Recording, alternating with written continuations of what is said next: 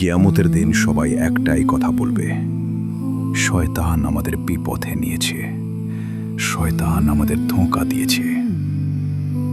কিন্তু সেই দিন শয়তান নিজেই এমন একটি কথা বলবে যা মানুষের জন্য হবে সারা জীবনের শিক্ষা। সেদিন কিয়ামতের দিন আকাশ ভেঙে টুকরো টুকরো হয়ে যাবে, পৃথিবী যেন বরফের মতো গলে যেতে থাকবে।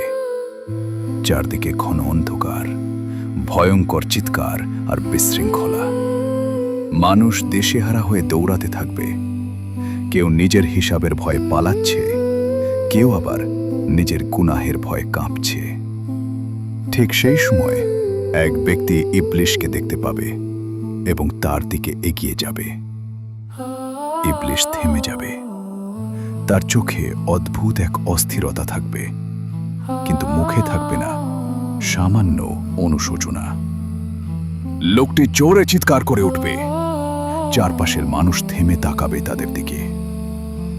তখন সবাই অপেক্ষা করবে শয়তান কি উত্তর দেয়।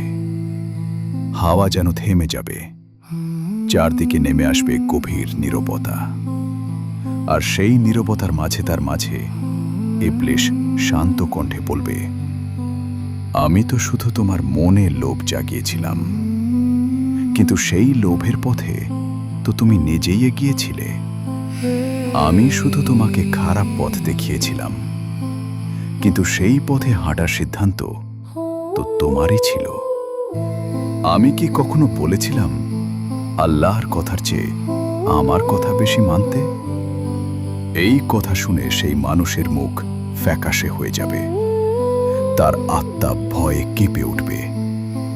তখন শয়তান কঠোর স্বরে বলবে, যখন আল্লাহ তোমাকে নিষেধ করেছিলেন খারাপ পথে যেও না, আর আমি তোমাকে ডাকলাম, তারপরও তুমি আমাকে বেছে নিলে, তাহলে এখন আমাকে দোষ দাও কেন?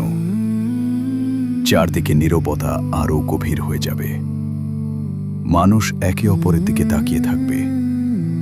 তারপর ইবলিশ শেষ কথা বলবে, আমি তোমাদের হিসাব লিখিনি, আমি তোমাদের পা চালাইনি, আমি তোমাদের হাত দিয়ে কোনো গুনাহ করাইনি। গুনাহ তো তোমরা নিজেরাই করেছ, নিজেদের নফসের কারণে। সিদ্ধান্ত ছিল তোমাদেরই। এ কথা শুনে সেই ব্যক্তি হাঁটু গেড়ে বসে পড়বে, লজ্জা আর ভয়ে তার মুখ নুয়ে যাবে।